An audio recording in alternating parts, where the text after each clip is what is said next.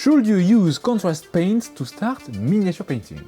That's the question I asked myself 3 weeks ago, but I'm not a beginner, so I decided to try painting 2000 points of Flèche Terrorgheist army using only contrast paints with two main goals. Try to make the army looks good using only contrast paints and shades. Both can be useful in a color scheme and are used in the exact same way. Paint for 1 to 2 hours a day. This way we can figure out how many days it takes to paint 2000 points of Age of Sigmar. I primed all my models in block, then made some big highlight with Redbone, and then a final pure zenithal highlight with White Scar. And I used only Citadel sprays. That's it for my first day. It took me a little bit more than an hour to do all of this. Then, on the second day, I moved on to the first step, which was a wash of Airbrush Earth Shade. I just diluted it a little bit so that it was not too strong. It's a simple mix of a drop of both Airbrush and water mixed together. I will paint all the miniatures at the same time except for the Terrorgheist, that I will paint on its own. It is a too large mini to paint at the same time. I chose the Morgant color scheme. When using contrast paint for an entire project, it's important to have a clear idea of which color you want to apply where. Because I was impersonating a beginner, I followed the example in the Flesh Eater Coat's Battle Tome. Let's start with the first contrast paint. I painted all the wings, or what's left of them, with Flesh Terror's Red. I love this contrast paint. This shade of red is really beautiful.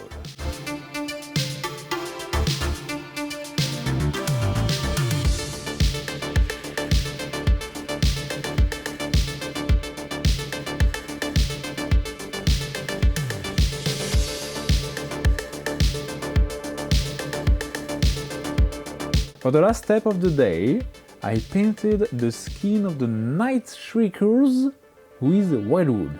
I went for a really light brown instead of a black just because I can darken it more later if necessary. Until the entire miniature is fully painted, it's quite hard to see if an area is dark enough.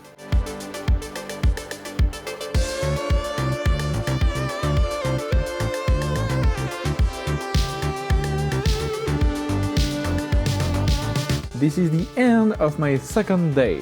Every time I reached the 1 hour of paint mark, I started another step, but only if it was a short one, in order to stay in the standard beginner time I guess most of you can have. On the next day, I started with a skeleton hot coat, and here I encountered the first problem of the contrast paint for beginners.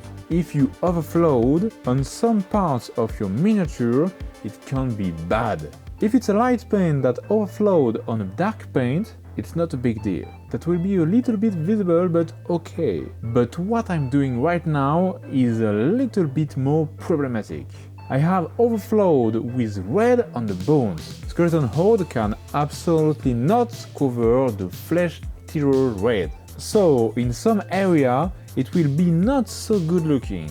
If you want a perfect result, you should be really careful on the transition between two different areas. In my opinion, this kind of overflow is not a big deal, but you will give me your opinion in the comment at the end of the video, when you will see the entire army fully painted. It was time to start another little step, and I needed to be precise to not overflow. Because of the skeleton horde gates, I tried to be a little bit more patient. Because in fact, the precision in painting is not so much about abilities, but more about taking your time. I painted all the flesh which covers the weapons or flesh used by the Flesh Eater's coats as an object in Gullyman flesh.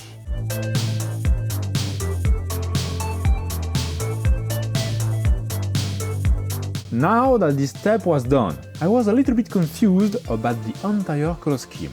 So to be more confident in the next steps, I chose two crypt guards and decided to finish them completely. The crypt guard was my base example for the rest of the army, because the knight and the wargulf will follow the same color scheme. By finishing 2 crypt guards, I can avoid the entire army to look terrible. So second lesson of the contrast paints. Always paint an example model to be sure of what it will look like. So, with Carabao Crimson, I painted half of the arms, the legs and the faces. That's the thing I really love about this color scheme. Their hands are always in blood, so much that their flesh is tinted. To ensure a good transition, here is my technique. I apply a coat of Carabao Crimson, and right after, I clean my brush with water. Then I come back on the transition to smooth it before it dries, just with a humid and clean brush. It will smooth your transition perfectly. You'll see. Then I painted the sword in Leadbetter. Yes, I know it's not contrast paint, but unlike the Army Pattern Speed paints which have a metallic contrast, Games Workshop does not have metallic contrast paint. So for the weapon, I followed the tutorials of my Battle Tome, as the perfect beginner. I painted the bones and the handle of the weapons in skeleton ores. That's a color I love.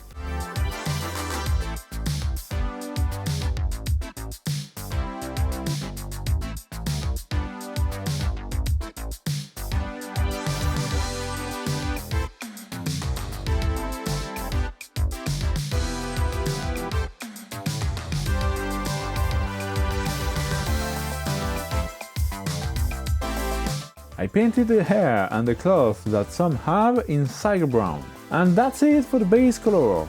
I finished the rusty weapon effect following the Battletome tutorial, with Agrexos shade. Then I applied some random dots with Scratch Brown heavily diluted. Some weapons are really rusty, others less, thanks to the technique.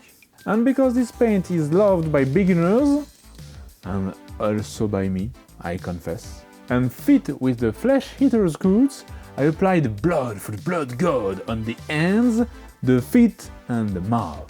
That's also why I didn't paint the teeth. I wanted this technical paint to color the teeth, and that made the Carabao Crimson step easier to do, because I didn't have to be careful not to paint the teeth if they were right. I edge highlighted the blade with Stormhost Silver.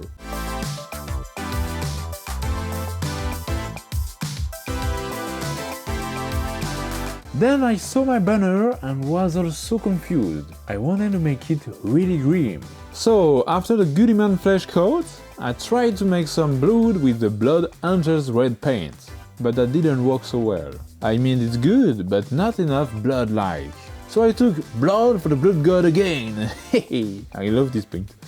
I applied it with an old brush completely unusable. You may recognize it if you saw my painting your very first miniature video.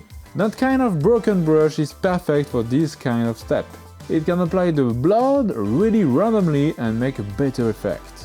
I think that the effect looks good because of the Blood Angels red I applied first. So for the other banners, I have to remember that. That's all for my third day of painting this army. I spent the next 3 days advancing on the 40 crypt guards. Almost finished, but it takes time. On the 7th day, I changed what I was doing. I was a little bit bored about the crypt guards, so I painted the 2 Vargulfs, starting with the fur in Wild Wood. There is a lot of fur and I wanted it to be different from the crypt guard's fur, so Wild Wood was perfect for that. Next, I painted the teeth and the bone behind his elbow in skeleton holes. Then, using fresh Terror rail, I painted all the wounds he had on his body. And then it was time to make the Morgan scheme effect with the Carabao Crimson. Basically, it's the same as before, with bigger arms and legs. And that's it for the Vargulf. I also painted the legs, arm and head of the 4 characters that I had for this list with this color. For the Aberrant Gorwarden, I applied the Carabao Crimson on the wings too. Then I painted their details, but I skipped all of that because it's the exact same paint on the exact same areas than the Crypt Guard. I managed to finish the crypt guards, the Morbeg Knights, and all the characters within the next 4 days, always painting for 1 to 2 hours a day. On the 12th day, the only miniature remaining was the Terrorgheist. I painted it approximately the same way than the army, starting with the skeleton horde's color, remembering the first lesson. I started with the paint I can overflow on a little bit. It's also pretty hard to access certain areas on the miniature with this paint, but not as hard as the red that we will see after. After that, I moved on to the skin with Basilicanum Grey. I wanted the Terrorgheist to look different, because I love the Games Workshop's one with the grey skin, and that will make the Terrorgheist look different and more important in the army. And then I moved on to the red with fresh Tyrrell red to paint the wings and all the muscles. The muscles in the body are pretty hard to access. I had to take my time. I didn't manage to have a properly filmed rush of this step, because you need to turn the miniature in all the angles to paint it, so it's almost impossible to film.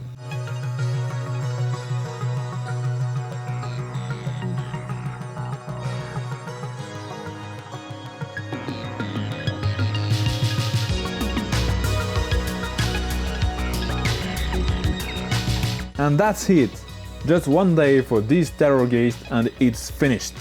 I based all the army away from the camera because I already had some fleshed outcoats miniatures and I wanted the bases to match together. So that's it! The entire army is finished! Personally, I'm confused. I'm not so happy about the result of each miniature. Maybe because lately I've been focusing too much on miniature painting for the Golden Demon at the end of this year. That will be the next feature video, okay? But I really do think that for first army as a beginner in 15 days, maximum 2 hours a day, that would be pretty cool. Let me know in the comment what you think of this army for a beginner in painting. Do you think that contrast paint is a good option for beginners? I personally think that is really good for beginners who don't love painting so much and want more to play than paint. For some beginners who love painting, I think that the contrast paint will quickly have its limits, and going with the standard way of painting will be better.